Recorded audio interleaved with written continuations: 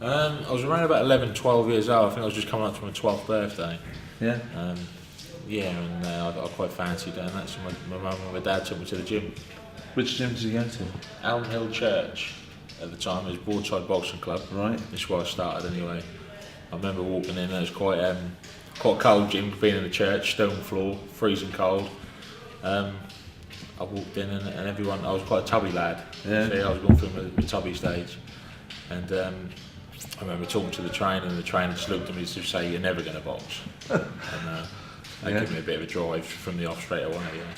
Yeah. My dad asked the trainer at the time how long before he's going to be boxing, before he starts competition. Yeah. And I remember the trainer just looking at me up and down, giving me the once over, and just saying, "Well, we've got a while to go." Basically as if to say, that's not really going to happen. Yeah.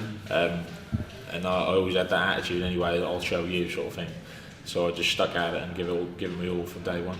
There wasn't anything going on in your life at the time that made you want to start boxing? You weren't sort of being pushed around for being fat at school or anything? No, nothing. I mean, I weren't fat. I was just, every kid at that age goes through a little stage where they start putting a bit of puppy fat on and stuff. So one reason, because I wanted to lose a bit of weight. Second reason, me and my brother were fighting constantly with each other. Many times we were in the garden. Mum and dad would throw us in the garden and say, "Just sort your problems out." And then they said, "Well, you're doing it out on the street, so why don't you get in the boxing gym and do it?" Okay. So how long before you had your first fight then? Well, funny story. My first fight, I went to a show, no intention of fighting that night at all. And the thing is, when I was younger, you used to weigh in on the shows just to get a boxing meal ticket. Yeah. And so I turned up one night. I weighed in, no intention of fighting. And my trainer at the time came through and said, "There's a fight here tonight if you want it." I was 12 years old, and I was all excited, my first fight and stuff. Yeah. It was the show in Elsham. And I said, "Yeah, I'll fight." Didn't have no boots, no gloves, no kit or anything. He said, "Right, well, I'll borrow the kit for you, and you're on first."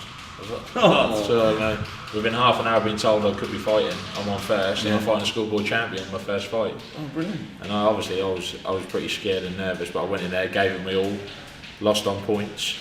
You lost on points, I that's good. Schoolboy champion. Exactly, yeah. So I think everyone sort of gave me a bit more credit after that. Yeah. Did you say, right, okay, this is it, this is the way I'm going to be? Like, for instance, the first time I went to a martial arts academy, I walked in the door and I thought, this is it, this is what I want to do. Yeah.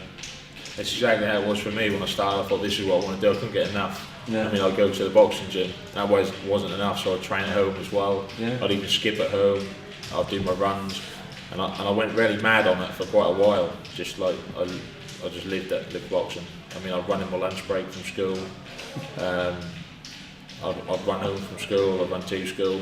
I'd run straight in the door, boxing bag, and I'd be straight down the gym. So really, I know the answer to my next question now. I was going to say, are you a bit of a lazy trainer? Because some boxers hate training, they don't really like the workout, but they love the action. Yeah, it depends. Sounds to me like you like the training. Yeah, I mean, I do like the training, and that's why I do it, because I've always wanted the job that I enjoy, and this is not just a hobby anymore, this is my job now as well. And like I said, I just always like it. Sometimes don't get me wrong, sometimes you get up and you think, oh, I really can't be bothered today. Yeah. But you have to do it, you drive yourself to it. And then when you're in the gym, it just becomes, you're so used to it, it's just routine now, you know what you're doing. What are you most looking forward to in your career then? I mean, I guess the obvious answer is titles, yeah. But what else? I just want to win the titles, and I just want to be able to look back. I've spoken to a lot of older people who said, "I wish I would have done this, I wish I would have done that, or I could have done this, I could have done that." I want to just say I've done it, rather than saying I could have done it, or I'm gonna try and do it. I want to do it. So there's some big personalities out there. Any plans to sort of do you watch them at the moment and think, if I come up against him, I'll try this? Or is it something you leave until the dates and the venue is fixed? I do watch them, but not too much. Yeah. If you do something too much, then you're going to start. You're going to be thinking about it too much. So what I do is, I have a little look. I might sit down and I watch one fight and think, well, I've just got to do that to beat him. I've just got to do this. Yeah. And I study him a little bit, yeah, but then we wait for the fights to come off before we get really heavy on, tactics and stuff.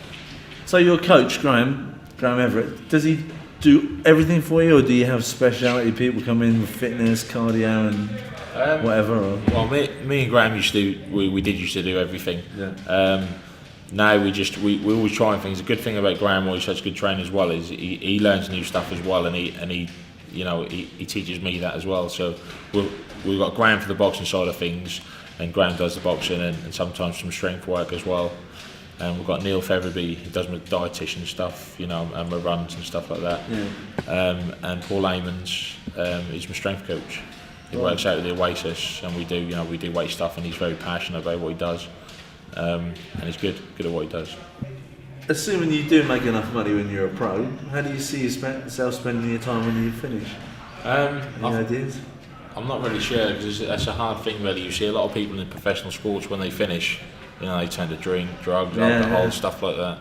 And I just think you never know how it's going to hit you. So I think the thing for me is, if I retire, I'm always going to train until I can't train anymore.